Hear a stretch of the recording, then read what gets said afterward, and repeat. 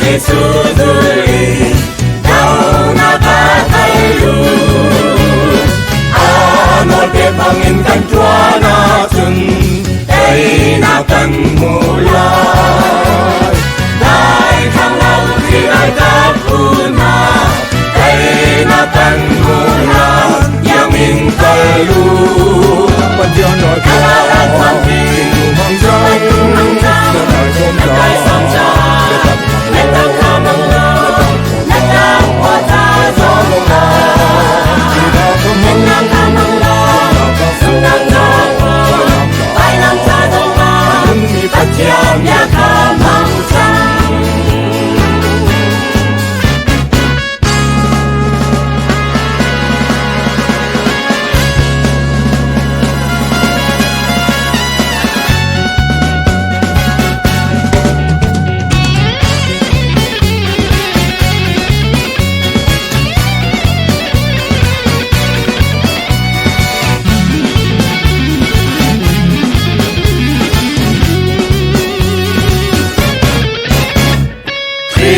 Ralkap na tutaw sa mo rai daw din kan ngay.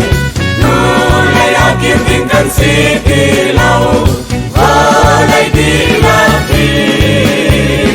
Kan patyan penram silang tiangin rai daw din kan ngay. Kalbaritay na alam pisu walay mungkin pa kan Khrih bila kalalat mamping tumanggang nagay samsang letang kalawang letang patay pinagkamalong sunagtawang ay ang tatawang at yang yakamangcang.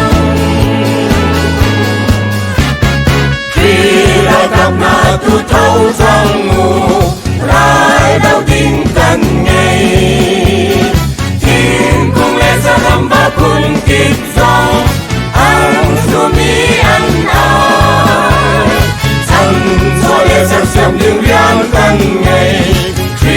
Ralkap kuna ni hinamit kita jaman